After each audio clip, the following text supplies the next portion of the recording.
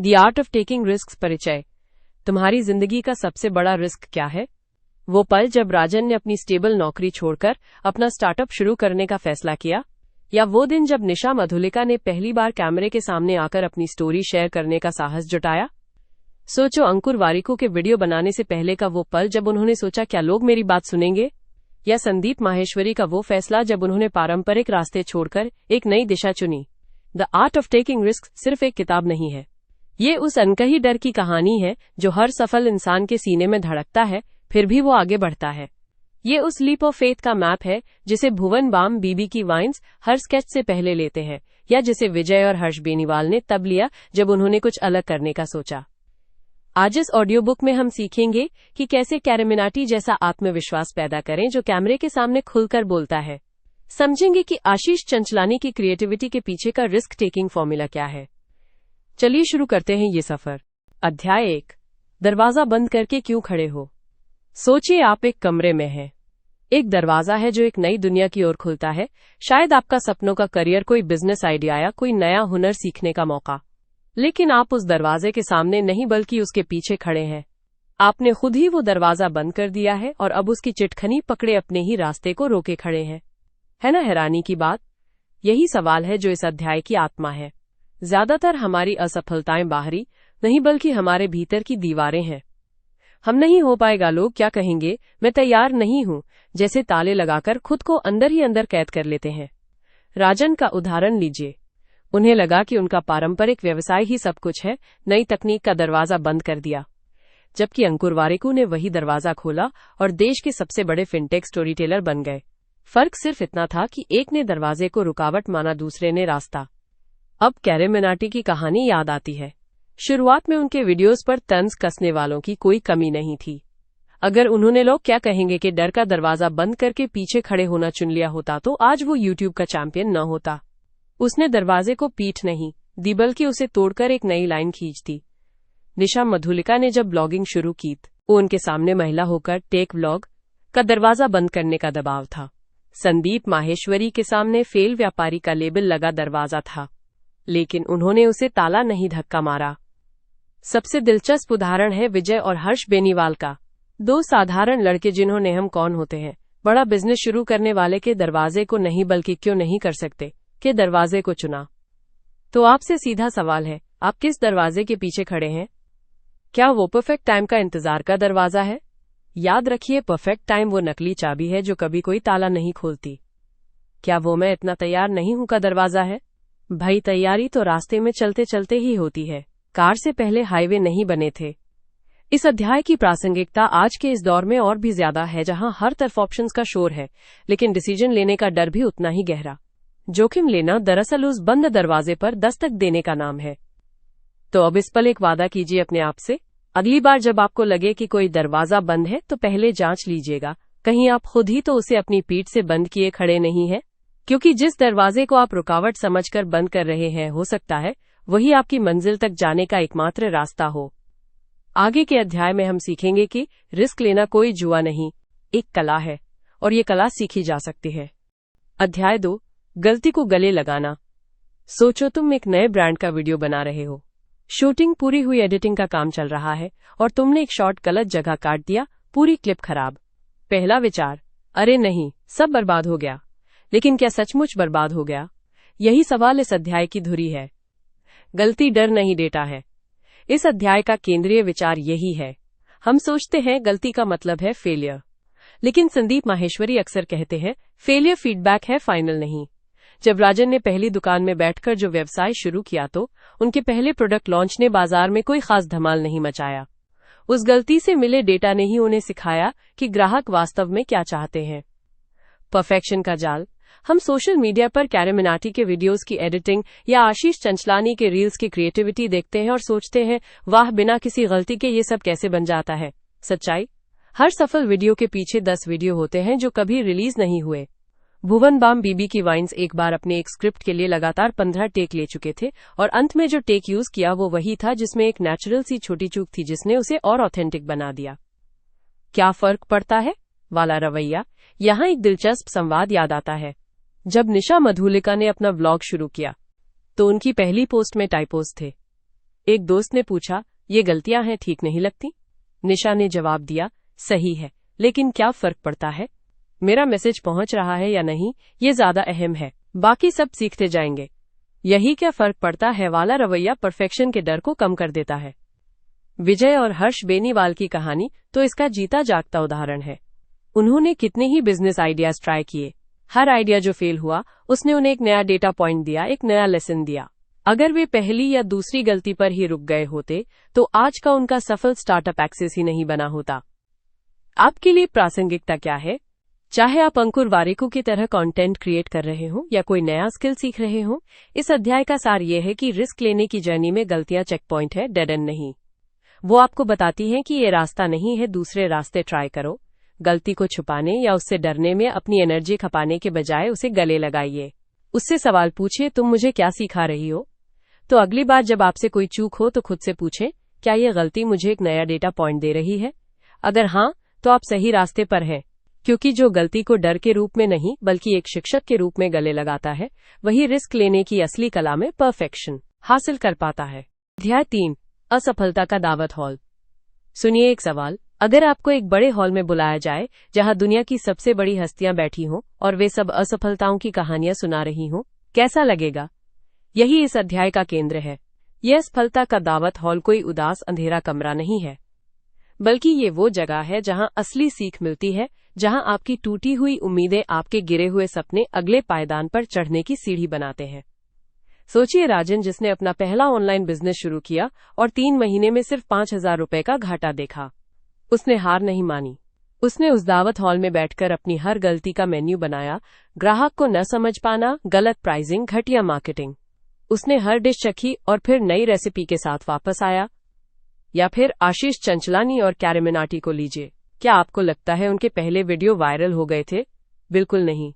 उनके शुरुआती कंटेंट को शायद कुछ 100 व्यूज भी नहीं मिले होंगे, लेकिन उन्होंने उस असफलता के हॉल में बैठकर सीखा कि ऑडियंस क्या चाहती है। हर फ्लॉप वीडियो उनके लिए एक फीडबैक था। संदीप माहेश्वरी साहब अक्सर कहते हैं ना, जब तक आप असफल नहीं होते आप सीखते नहीं। उनका पहला बिजनेस, उनकी पहली कोशिश सब धरी की धरी रह गई। लेकिन क्या हुआ? उन्होंने उस असफलता को अपना गुरु बना दिया। वो हॉल उनका क्लासरूम बन गया। अब भुवन बाम, बीबी की वाइन्स का उदाहरण लेते हैं। उनके कॉमेडी स्क्रिप्ट में जो नेचुरल फन है वो एकदम से आ गया क्या? नहीं। शुरुआत में वो भी ट्राई करते रहे, एक्टिंग करते रहे, लेकिन ऑडियंस कनेक्ट नहीं कर रही थी। असफलता के उस हॉल में बैठकर उन्हें एहसास हुआ कि असलीपन ज्यादा काम करता है, और फिर उन्होंने वही कर दिखाया। देखिए, निशा मधुलिका जब ब्लॉगिंग शुरू कर रही थी तो कितनी ही पोस्ट ऐसी रही होंगी जिन्हें कोई पढ़ता तक नहीं था, लेकिन उन्होंने हर अनइंटरेस्टिंग पोस्ट से सीखा कि महिलाएं वास्तव में ऑनलाइन क्या ढूंढ रही हैं। उनकी असफलता ही उनकी सबसे बड़ी रिसर्च बन गई। और विजय और हर्ष बेनीवाल की जोड़ी का किस्सा सुना है? 2 दोस्त, एक आइडिया। पहला प्रोडक्ट लॉन्च, मार्केट में धूल चाटी। दूसरा प्रोजेक्ट बस थोड़ा बेहतर। लेकिन हर बार वो असफलता के हॉल में मिलते, अपनी गलतियों पर चर्चा करते और एक नई रणनीति बनाते। आज उनकी सफलता की नींव में उसी हॉल के ईंट पत्थर लगे हैं। अंकुर वारिकू का तो नाम ही है वारिकू। उनकी कहानी ही ये है कि कैसे एक रेगुलर जॉब से निकलकर कंटेंट क्रिएशन के मैदान में उतरे। शुरुआती वीडियोस, शुरुआती फॉर्मेट, सब एक एक्सपेरिमेंट था। कुछ चले, कई नहीं चले, लेकिन हर न चलने वाले एक्सपेरिमेंट ने उन्हें बताया कि अच्छा, तो ये तरीका काम नहीं करता, चलो अगला ट्राई करते हैं। तो आपसे पूछता हूं, क्या आप अपनी असफलताओं से भागते हैं या फिर आप उस दावत हॉल में जाने का साहस रखते हैं जहां आपकी हर गलती आपको एक नया व्यंजन परोसती है? इस अध्याय की प्रासंगिकता आज के दौर में और भी ज्यादा है। सोशल मीडिया पर हमें सिर्फ हाईलाइट रील दिखती है, सफलता पार्टी, न्यू कार, बढ़िया लाइफ।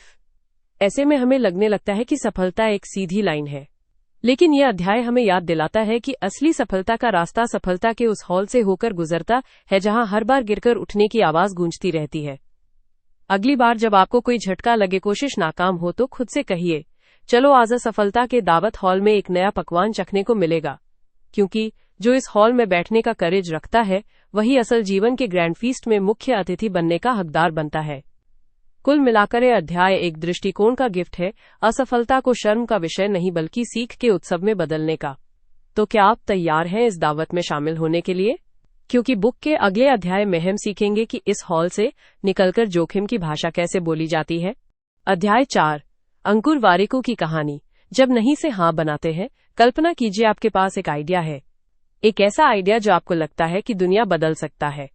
आप उत्साह से भरे हैं, आप उसे लेकर अपने मित्र राजन के पास जाते हैं, आप उसे समझाते हैं और वो सुनकर कहता है, यार ये तो बिल्कुल नया है, पर नहीं, यह काम नहीं करेगा, लोग इसे समझेंगे नहीं। आपकी उम्मीदों पर पानी फिर जाता है। यही नहीं का पहला झटका था जिसका सामना अंकुर वारिकू ने किया था। यह अध्याय उसी नहीं की कहानी है और यह सिखाता है कि कैसे वो नहीं आपके हाँ का रास्ता बन सकती है। कुणाल शाह, क्रेड के संस्थापक। क्रेड आज हमें एक सफल फिनटेक प्लेटफॉर्म दिखता है, लेकिन क्या आप जानते हैं कि शुरुआत में उन्हें क्या कहा गया था? उन्हें कहा गया था कि भारतीय क्रेडिट कार्ड बिल समय पर नहीं भरते, तुम उन्हें रिवॉर्ड देकर भरवाना चाहते हो। ये फैंटेसी है। सुनिए, यहीं पर जोखिम लेने की कला आती है। कुणाल ने उस नहीं को एक सवाल में बदल दिया। उन्होंने खुद से पूछा, क्यों नहीं? क्या वजह है कि लोग बिल नहीं भरते? क्या वजह है कि वे रिवॉर्ड्स की कद्र नहीं करेंगे? उस नहीं ने उन्हें गहराई से सोचने पर मजबूर किया, अपनी योजना को और पुख्ता बनाने पर मजबूर किया।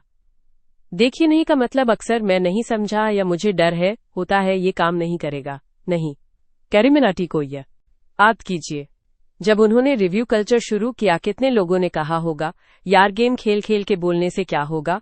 उस नहीं ने ही उन्हें और अलग और ऑथेंटिक बनने का जुनून दिया। या भुवन बाम, बीबी की वाइन्स का उदाहरण लीजिए।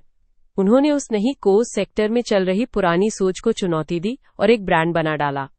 यही सबक आशीष चंचलानी और निशा मधुलिका ने सीखा। शुरुआती असफलताओं ग्राहकों के नहीं ने ही उन्हें सिखाया कि असली जरूरत क्या है। संदीप माहेश्वरी अक्सर कहते हैं कि उनकी पहली कंपनी के विफल होने पर मिले नहीं और उपहास ने ही उनमें इतना दृढ़ संकल्प भरा। तो आप क्या करें, जबन ही सुने। कुणाल शाह की कहानी हमें 3 कदम सिखाती है। नहीं को डायग्नोस्टिक टूल की तरह इस्तेमाल करो, उस नहीं के पीछे की वजह जानो। क्या ये आपके आइडिया में कमी है या सामने वाले की समझ में? विजय और हर्ष बेनीवाल ने शुरू में कई निवेशकों से नहीं सुनी।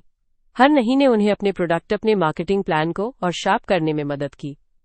नहीं को फ्यूल की तरह जलाओ। जब कोई आपकी क्षमता पर संदेह करे तो उसे साबित करने की ऊर्जा आपको वहां से मिलती है। ये नहीं आपके अंदर का दिखा दूंगा जगा देती है। नहीं का जवाब क्यों नहीं से दो। बहस मत करो, जिज्ञासु बनो। पूछो, आपको ऐसा क्यों लगता है? क्या हो तो ये का मैं कर सकता है। इससे आपको वो कीमती फीडबैक मिलता है जो दोस्त क्या कोई पेड कंसल्टेंट भी नहीं दे पाएगा। इस अध्याय की प्रासंगिकता आज के जमाने में बहुत ज्यादा है। हम सब इंस्टेंट अप्रूवल की संस्कृति में जी रहे हैं, लाइक्स, वैलिडेशन चाहते हैं, पर असली इनोवेशन, असली सफलता अक्सर उस पहले नहीं के पीछे छिपी होती है। तो अगली बार जब आपको कोई नहीं कहे तो निराश मत होइए, एक गहरी सांस लीजिए और कुणाल शाह की तरह सोचिए, ये नहीं मेरे हाँ को और मजबूत और चमकदार बनाने का पहला स्टेप है। क्योंकि जो बात सबको स्पष्ट दिख रही है उसमें जोखिम और महानता दोनों ही कम होते हैं। असली मौका तो वहां है जहां ज्यादातर लोगों की जुबान पर सिर्फ एक शब्द है, नहीं। आपकी यात्रा में ये नहीं कब आया, हमें कमेंट में जरूर बताएं। और अगली बार जब हाँ सुनने की उम्मीद हो तो नहीं सुनने के लिए तैयार रहिए, क्योंकि अक्सर वहीं से गेम बदलता है। अध्याय 5, सपना देखो फिर उसे तोड़ो। मित्रों, एक सवाल, क्या आपका कोई सपना है? शायद हाँ। अब एक और सवाल, क्या आप उस सपने से डरते हैं? अगर नहीं तो शायद आपका सपना बड़ा नहीं है। ये अध्याय एक विरोधाभासी सलाह देता है। अपना सपना पहले पूरी शिद्दत से देखो और फिर उसे तोड़ दो। ये क्रूर क्यों लग रहा है, समझिए। राजन ने सपना देखा, मैं एक सफल स्टार्टअप चलाऊंगा, करोड़ों कमाऊंगा। ये सपना उसकी ताकत था, लेकिन जल्दी ही ये उसकी जेल बन गया। उसे लगने लगा कि सिर्फ वही एक रास्ता है, वही एक परिभाषा है सफलता की। जब पहला स्टार्टअप फेल हुआ तो राजन ने अपना सपना ही खो दिया, वो टूट गया। अब सपने को तोड़ने का मतलब है उसे एक कठोर अटल पत्थर की मूर्ति न बनने देना, उसे लचीली मिट्टी की तरह रखना जिसे नया आकार दिया जा सके, जैसे कि भुवन बाम, बीबी की वाइन्स ने किया। उनका शुरुआती सपना शायद सिर्फ वायरल होना था, लेकिन जब एक शैली काम करने लगी तो उन्होंने उस सपने को तोड़ा और कंटेंट की नई दुनिया तलाशनी शुरू की, स्क्रिप्ट से लेकर गंभीर चर्चाएं तक। इसका सबसे शानदार उदाहरण है संदीप माहेश्वरी। उनका पहला सपना क्या था? एक सफल बिजनेसमैन बनना। लेकिन जब उन्होंने महसूस किया कि उनकी असली ताकत और जुनून लोगों को सिखाने में है, तो उन्होंने उस पुराने सपने को तोड़ा, उसके टुकड़ों से एक नया बड़ा सपना बनाया। अगर वे पहले सपने से चिपके रहते तो आज हम उन्हें नहीं जानते। इसे ऐसे समझें, सपना वो कंपास है जो दिशा दिखाता है लेकिन रास्ते का नक्शा नहीं है। रास्ता तो आपको खुद बनाना है और अक्सर नक्शे को रास्ते में ही बदलना पड़ता है। तो आप कैसे करेंगे ये? सपने को कागज पर उतारो, उसे स्पष्ट शब्द दो, उससे सवाल करो, क्या ये सपना वाकई मेरा है या समाज ने थोपा है? क्या इसके पीछे की वजह मेरा जुनून है या सिर्फ दिखावा? उसे तोड़ो, सोचो अगर इस सपने का पहला चरण फेल हो जाए तो क्या कोई दूसरा रास्ता है? जैसे अंकुर वारिकू ने किया, टेक्नोलॉजी और एजुकेशन के जुनून को अलग अलग रास्तों से जिया। नए टुकड़ों से फिर से बनाओ, जैसे कैरी मिनाटी, वो एक यूट्यूबर बनने के सपने से चले थे। आज वे एक मीडिया हाउस, एक ऐप, एक मल्टीफैस्टेड पर्सनालिटी है। उन्होंने बार बार अपनी परिभाषा को तोड़ा और बनाया। इस अध्याय की प्रासंगिकता आज की तेज दुनिया में सबसे ज्यादा है। दुनिया इतनी तेजी से बदल रही है कि कल का सपना आज अप्रासंगिक हो सकता है। अगर आप अपने सपने के साथ लचीले नहीं हैं तो आप टूट जाएंगे। सपना देखना आपकी प्रेरणा है, उसे तोड़ना आपकी रणनीति। तो आज से ही कसरत शुरू कर दीजिए। अपने प्यारे सपने को बाहर निकालिए, उसे गौर से देखिए और फिर एक गहरी सांस लेकर मानसिक हथौड़ा उठाइए, उसे तोड़ डालिए। डरिए मत, ये क्रूरता नहीं, क्रिएटिविटी है। उन टुकड़ों में से आप एक नया, मजबूत, अधिक वास्तविक सपना चुन सकते हैं। क्योंकि जो सपना न टूट सके वो शायद बड़ा सपना है ही नहीं, और जो इंसान अपना सपना न तोड़ सके वो शायद बड़े सपने देखता ही नहीं। अगला अध्याय आपको सिखाएगा कि इन टूटे हुए सपनों के टुकड़ों से नया रास्ता कैसे बनाया जाता है। लेकिन उसके लिए पहले ये हथौड़ा तो चलाना सीख लीजिए। अध्याय 6, भुवन बाम की तरह बोलना सीखो। सुनो, एक सवाल पूछता हूँ, क्या आपने कभी भुवन बाम के वीडियो देखे हैं? वो जब कैमरे के सामने आता है और बोलता है, क्या हाल है दोस्तों, तो लगता नहीं कि वो बोल रहा है, लगता है कि वो बातचीत कर रहा है, सीधे आपसे आपके कमरे में बैठकर। यही इस अध्याय का राज है। रिस्क लेने का मतलब सिर्फ बड़े बड़े काम करना नहीं, बल्कि अपनी असली आवाज में बिना डरे बोलना सीखना है। देखिए, राजन को लीजिए। ऑफिस की मीटिंग में उसकी बारी आती तो वो स्लाइड्स तो बढ़िया बनाता, लेकिन बोलते वक्त उसकी आवाज कांपने लगती, शब्द उलझ जाते। उसे लगता था कि उसकी प्रोफेशनल आवाज ऐसी नहीं होनी चाहिए। फिर एक दिन थककर उसने वही बात अपने दोस्त विजय से बताने वाली सहज भाषा में कह दी, देखो भाई, असल बात यह है कि, और पूरी कमरे की नजरें उस पर टिक गईं। लोग जुड़ गए। जोखिम यही था, प्रोफेशनल का मुखौटा उतारकर इंसान बनकर बोलना। भुवन बाम की ताकत यही है, वो पढ़ाता नहीं, शेयर करता है। वो लेक्चर नहीं देता, कहानी सुनाता है। अब आप सोच रहे होंगे, मैं तो यूट्यूबर नहीं हूं, पर यह सिद्धांत तो हर जगह लागू होता है। निशा मधुलिका जब किचन टिप्स देती हैं तो ऐसे देती हैं जैसे आपकी बड़ी बहन आपको समझा रही हो। संदीप माहेश्वरी की बात करें, उनकी ताकत उनकी जबरदस्त डिलीवरी और सहज हंसी है। तो फॉर्मूला क्या है? आर्टिफिशियलिटी छोड़ो। जैसे कैरी मिनाटी बिना फिल्टर के बोलता है, चाहे आप सहमत हो या ना हो, उसकी अपनी एक ऑथेंटिक आवाज है।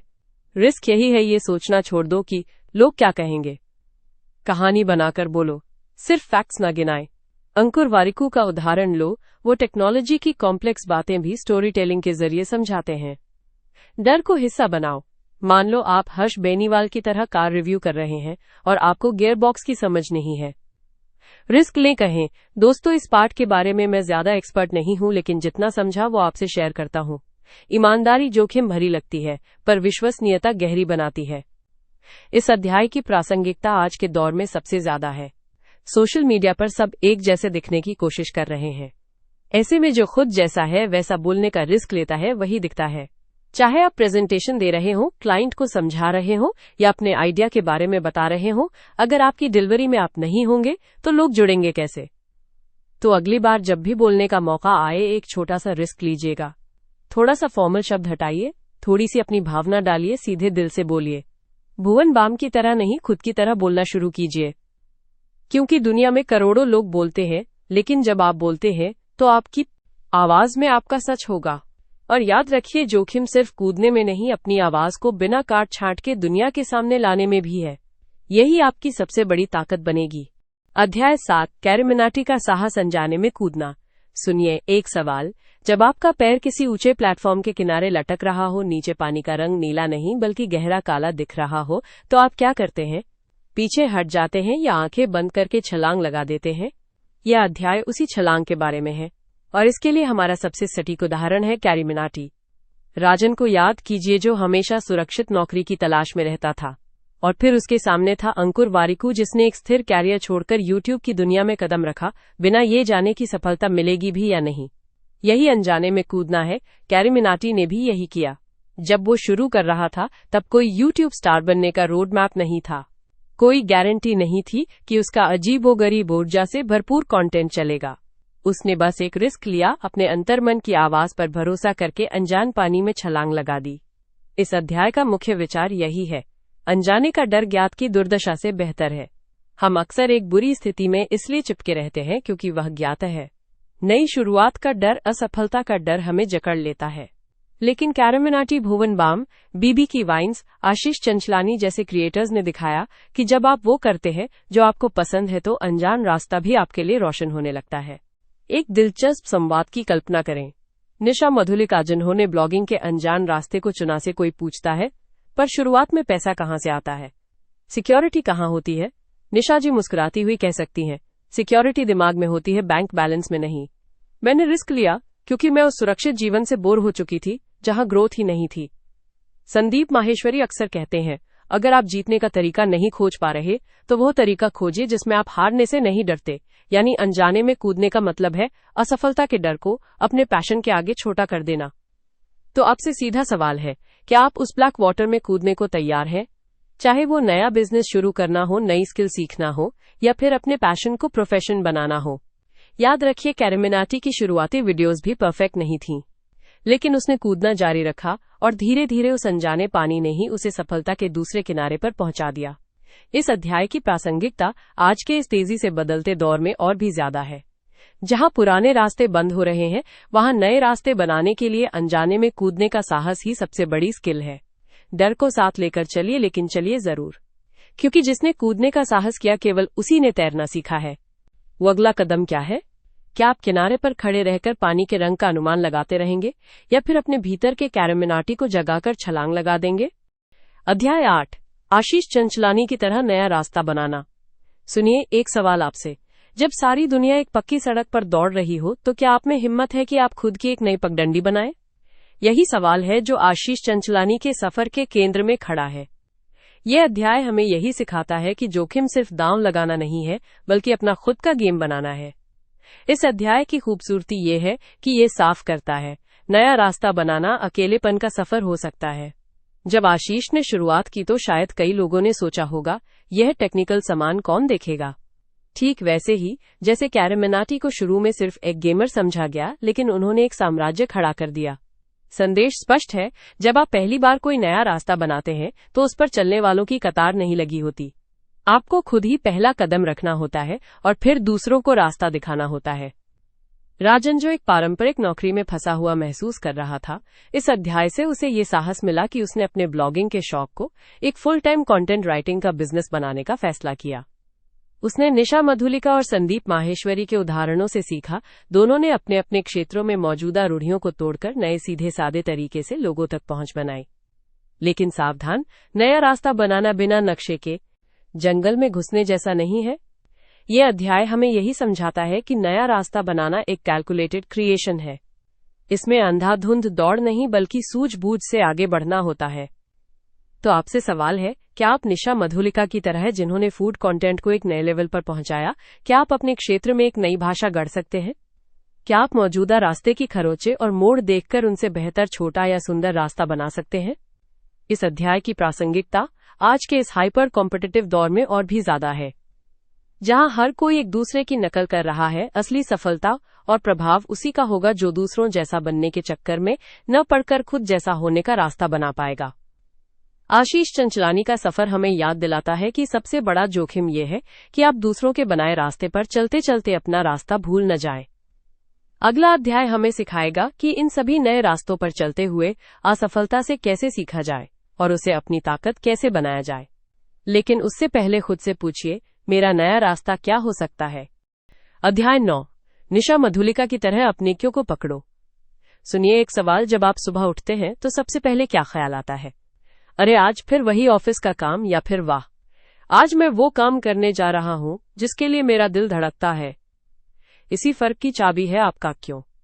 और इस अध्याय में हम सीखेंगे कैसे निशा मधुलिका की तरह, जिन्होंने एक साधारण घरेलू किचन से देश की सबसे बड़ी फूड एम्पायर बनाई, अपने उस गहरे क्यों को पकड़कर रखना है। वो क्यों जो आपको असफलता के दिनों में भी उठा लेता है। मान लीजिए राजन नौकरी छोड़कर स्टार्टअप शुरू करता है। पहले महीने में 3 क्लाइंट मिले, दूसरे महीने एक भी नहीं। अब यहाँ पर 2 तरह के क्यों काम करते हैं। एक सतही क्यों, पैसा कमाना है, ये कमजोर है, थकावट में टूट जाएगा। और दूसरा गहरा क्यों, लोगों की इस समस्या को हल करना है जिससे मैं जूझ रहा था। यही क्यों उसे चौथे महीने नए तरीके सोचने पर मजबूर करेगा। निशा मधुलिका का क्यों सिर्फ रसोई बनाना नहीं था, वो था हर घर की रसोई को आसान, स्वस्थ और खुशहाल बनाना। देखिए न, जब आशीष चंचलानी ने देशी वाइन्स बनाई तो उनका क्यों सिर्फ वायरल वीडियो नहीं था, बल्कि युवाओं की बात उनकी ही भाषा में कहना था। कैरी मिनाटी का क्यों है अपनी असली कहानी साझा करना, चाहे वो विवाद ही क्यों ना बन जाए। अब इस क्यों को पकड़ने का तलब क्या है, ये वो ज्वाला है जो अंदर जलती है। संदीप माहेश्वरी कहते हैं ना, मोटिवेशन तो आता जाता रहता है, डिसिप्लिन ही चलाती है। सच है, पर यह डिसिप्लिन कहां से आता है? आपके क्यों से। जब आपका क्यों क्रिस्टल क्लियर होगा तो डिसिप्लिन खुद ब खुद आ जाएगी। एक मजेदार उदाहरण, भुवन बाम बीबी की वाइन्स के वीडियो देखे हैं आपने? उनका क्यों साफ है, एवरेज इंडियन लाइफ की हास्य व्यंग्य से भरी स्टोरी टेलिंग करना। अब इस क्यों ने ही उन्हें लाखों विकल्पों में से बस वही कंटेंट बनाने को प्रेरित किया जो उनकी पहचान बन गया। अंकुर वारिकू का क्यों है टेक्नोलॉजी के जटिल जगत को हर एक इंसान की समझ में आने लायक बनाना। तो कैसे पहचाने अपना क्यों? खुद से पूछिए, मैं ये काम क्यों कर रहा हूं? जवाब दीजिए, फिर उस जवाब से फिर क्यों पूछिए। ऐसे 5 क्यों पूछते चले जाइए जैसे कोई छोटा बच्चा पूछता है। जैसे, मैं YouTube चैनल क्यों शुरू करना चाहता हूं? पॉपुलर होने के लिए। क्यों पॉपुलर होना चाहते हैं? ताकि लोग मेरी बात सुने। क्यों चाहते हैं लोग आपकी बात सुने? क्योंकि मुझे लगता है मेरे अनुभव से किसी की जिंदगी आसान हो सकती है। बस यही है आपका क्यों, किसी की जिंदगी आसान बनाना। अब इस क्यों के साथ आपका हर वीडियो, हर थंबनेल उस मकसद से जुड़ जाएगा। यह अध्याय क्यों जरूरी है? क्योंकि बिना क्यों के जोखिम सिर्फ एक जुआ है, और गहरे क्यों के साथ उठाया गया जोखिम एक मिशन बन जाता है। जब फंडिंग ना मिले, ट्रैफिक ना आए, लोग हंसे, तब वही क्यों आपका लाइफ जैकेट बनेगा। ये आपको बताएगा कि डूबना नहीं है, तैरना है, क्योंकि किनारे पर पहुंचकर आपको एक खास काम करना है। तो आज ही अभी 5 मिनट निकालिए, एक कागज लीजिए और खुद से वो 5 क्यों पूछना शुरू कीजिए। अपनी निशा मधुलिका वाली चिंगारी को तलाशिए, उसे पकड़िए और फिर देखिए कैसे हर रिस्क लेने का फैसला आपको डराने की बजाय आपको आगे बढ़ाता चला जाएगा। क्योंकि अब आप सिर्फ पैसे या शोहरत के पीछे नहीं भाग रहे, बल्कि अपने क्यों की पुकार सुन रहे हैं। अगला अध्याय हम बात करेंगे उस भय की जो हर रिस्क के साथ आता है, और उसे अपनी ताकत कैसे बनाया जाए। अध्याय 10, संदीप माहेश्वरी की सीख, धैर्य और क्रिया का नृत्य। संदीप माहेश्वरी की सीख, धैर्य और क्रिया का नृत्य। यह अध्याय उस खास मुकाम पर है जहां जिंदगी की दौड़ और धीमे चलने के बीच का तालमेल बनता है। क्या आपने कभी महसूस किया है कि कभी कभी हम इतनी तेजी से भाग रहे होते हैं कि रास्ता भूल जाते हैं, और कभी इतना रुक जाते हैं कि चलना भी भूल जाते हैं? यह अध्याय उसी बीच के रास्ते की कहानी है। सुनिए, संदीप माहेश्वरी अक्सर एक बात कहते हैं, जुनून और धैर्य दोनों एक ही सिक्के के 2 पहलू हैं। ये सिर्फ एक कोटेशन नहीं, बल्कि उनकी पूरी यात्रा का सार है। एक वक्त था जब उन्होंने कई व्यवसाय शुरू किए और असफल हुए, लेकिन उन्होंने हार नहीं मानी, बल्कि हर असफलता से सीख लेकर आगे बढ़े। यही धैर्य और क्रिया का नृत्य था। अब आप सोच रहे होंगे, ये हमारी रोजमर्रा की जिंदगी से कैसे जुड़ता है? राजन की कहानी। राजन एक युवा ग्राफिक डिजाइनर था। उसने देखा कि कैरी मिनाटी और भुवन बाम जैसे कंटेंट क्रिएटर्स रातों रात सफल हो गए। उसने भी ऐसी ही रातों रात सफलता पाने की जल्दी में बिना किसी योजना के अपना YouTube चैनल शुरू कर दिया। 3 महीने में सिर्फ 57 सब्सक्राइबर मिले और वो निराश हो गया। उसने सोचा, मैं तो बहुत पीछे रह गया। फिर एक दिन उसने आशीष चंचलानी का एक इंटरव्यू सुना, जहां आशीष ने अपने शुरुआती 100 वीडियो के बारे में बताया जिन्हें किसी ने नहीं देखा था। लेकिन उन्होंने हार नहीं मानी। उन्होंने धैर्य से अपने कंटेंट को बेहतर बनाया। ये सुनकर राजन को एहसास हुआ कि समस्या उसकी क्रिया में नहीं, बल्कि उस क्रिया के पीछे के धैर्य की कमी में थी। उसने रुककर सोचा, अपनी रणनीति बदली और लगातार काम करता रहा। यही है धैर्य और क्रिया का सही तालमेल। देखिए, ये नृत्य कुछ ऐसा है। एक तरफ विजय और हर्ष बेनीवाल हैं, जिन्होंने बिजनेस की दुनिया में धैर्यपूर्वक अपनी पकड़ बनाई और फिर सही समय पर बोल्ड एक्शन लेकर बड़ा रिस्क लिया। दूसरी तरफ अंकुर वारिकू है, जिन्होंने फाइनेंस की जटिल दुनिया को सरल बनाने का लगातार और धैर्यपूर्ण काम किया, और आज वो एक विश्वसनीय नाम है। और निशा मधुलिका की कहानी तो इसका जीता जागता उदाहरण है। घर बैठे महिलाओं को सिखाने का मिशन जो एक छोटे से व्लॉग से शुरू हुआ और आज एक बड़े प्लेटफॉर्म में तब्दील हो गया। ये तभी मुमकिन हुआ जब लगातार क्रिया और गहरे धैर्य ने साथ नृत्य किया। तो यह अध्याय हमें क्या सिखाता है? ये सिखाता है कि रिस्क लेना सिर्फ छलांग लगाना नहीं है, बल्कि उस छलांग के लिए जमीन तैयार करना भी है। आज की तेज तर्रार ओवरनाइट सक्सेस की दुनिया में ये अध्याय एक जरूरी पड़ाव की तरह है। ये हमें याद दिलाता है कि कैरी मिनाटी का वायरल वीडियो, भुवन बाम का कॉमेडी स्क्रिप्ट या संदीप माहेश्वरी का मोटिवेशनल स्पीच, ये सभी एक लंबी अनदेखी प्रक्रिया का चमकदार परिणाम है। अगली बार जब आप कोई बड़ा कदम उठाने का सोचें तो खुद से पूछें, क्या ये मेरी बेचैनी की जल्दबाजी है या धैर्यपूर्वक तैयारी के बाद की सोची समझी क्रिया? क्योंकि सफलता कोई डेस्टिनेशन नहीं, बल्कि धैर्य और क्रिया के बीच का एक सुंदर संतुलित नृत्य है, और यही नृत्य आपकी यात्रा को यादगार बना देगा। अध्याय 11, साथ चलना। कल्पना कीजिए आप एक ऊंची इमारत के शीर्ष पर खड़े हैं और आपके सामने दो रास्ते हैं। एक रास्ता एक पतला झूलता हुआ रस्सी का पुल है जो दूसरी इमारत तक जाता है। दूसरा रास्ता एक मजबूत चौड़ा पुल है जिस पर दो लोग साथ साथ चल सकते हैं। जोखिम वाला काम तो दोनों है, लेकिन कौन सा रास्ता आपको ज्यादा आत्मविश्वास देगा? जाहिर है वो जहां कोई आपका हाथ थामे हो। यही इस अध्याय का मूल मंत्र है। विजय अकेले है, लेकिन हर्ष साथ साथ चलता है।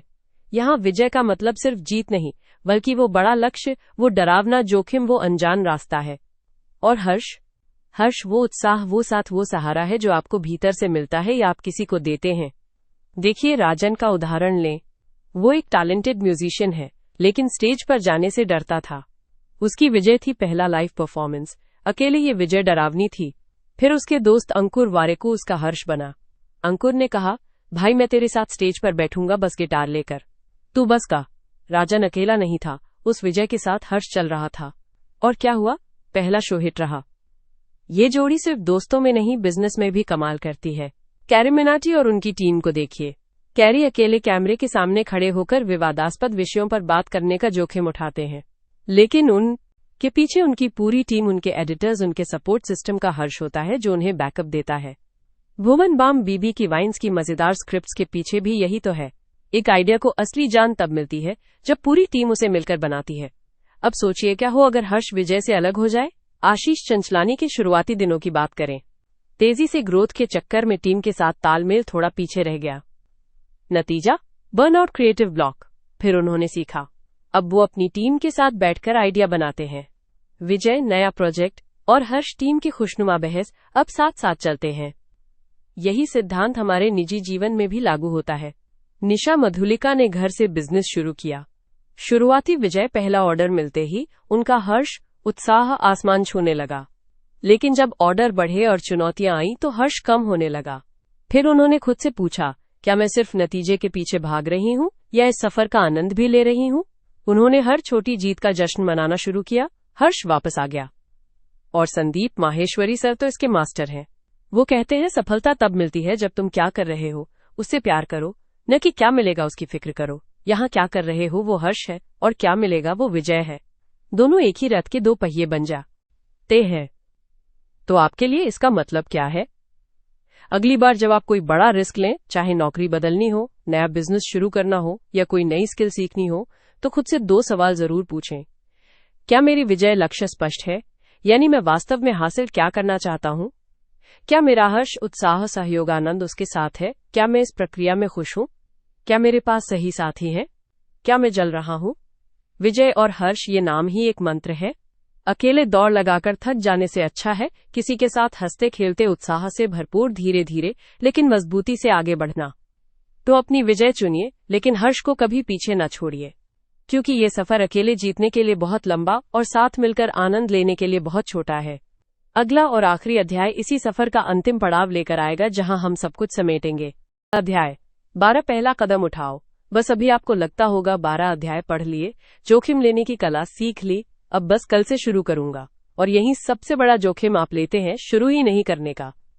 यह अध्याय एक ही बात कहता है, सिद्धांतों को रख दीजिए ताक पर और अभी इसी पल एक क्रिया करिए। जोखिम सिर्फ बड़े बड़े फैसलों में नहीं होता, वो उस पहली सीढ़ी पर पैर रखने में होता है जिसे चढ़ने से आप 10 साल से डर रहे हैं। सोचिए उस पल की जब राजन ने पहली बार अपने छोटे से गैरेज में स्पेयर पार्ट्स जोड़ने शुरू किए होंगे, या जब अंकुर वारिकू ने पहला वीडियो बनाया होगा बिना ये जाने कि कोई देखेगा भी या नहीं। उन्होंने बस शुरुआत की थी। कैरीमिनाटी का पहला कॉमेडी स्केच, भुवन बाम की पहली शॉर्ट वीडियो, ये मास्टरपीस नहीं थे, ये बस शुरुआत थे। संदीप माहेश्वरी कहते हैं, सफलता का सबसे बड़ा रहस्य ये है कि कोई रहस्य नहीं है, बस शुरू करो। लेकिन हम क्यों नहीं शुरू कर पाते? क्योंकि हम सही समय का इंतजार करते रह जाते हैं। पर सही समय कोई आने वाली ट्रेन नहीं है जो शेड्यूल के मुताबिक आएगी। सही समय वो है जब आप तय करते हैं कि अब और इंतजार नहीं। आशीष चंचलानी ने जब पहला बिजनेस आइडिया लॉन्च किया, वो फेल हो गया, लेकिन उस पहले कदम ने ही उन्हें वो सबक सिखाया जो आज उनकी नींव है।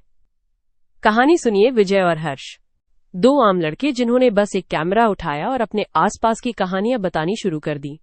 उन्होंने ये नहीं सोचा कि हम बड़े यूट्यूबर बनेंगे, उन्होंने बस सोचा चलो आज शूटिंग करते हैं, और वो आज ही उनकी जिंदगी बदलने वाला पहला कदम बन गया। तो आप क्या करेंगे? आपका पहला कदम क्या है?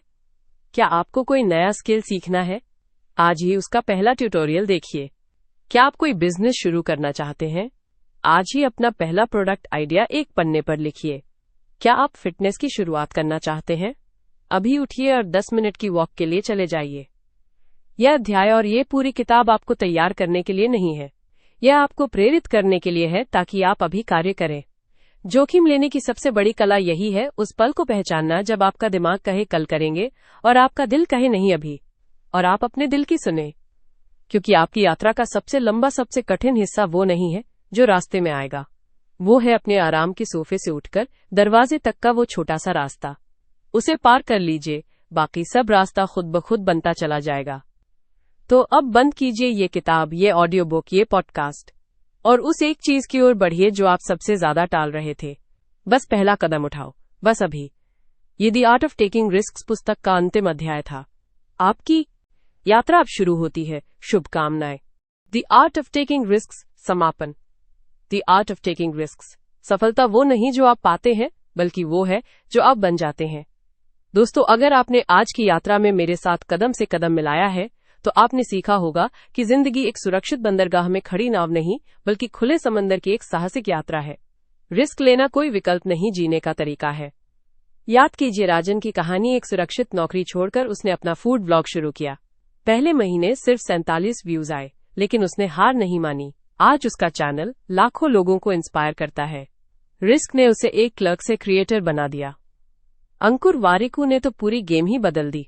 उन्होंने दिखाया कि जब आप अपने पैशन को प्रोफेशन बनाते हैं तो दुनिया आपके लिए रास्ता बनाती है। लेकिन याद रखिए, हर कैरीमिनाटी के वायरल वीडियो के पीछे 10 असफल प्रयोग होते हैं।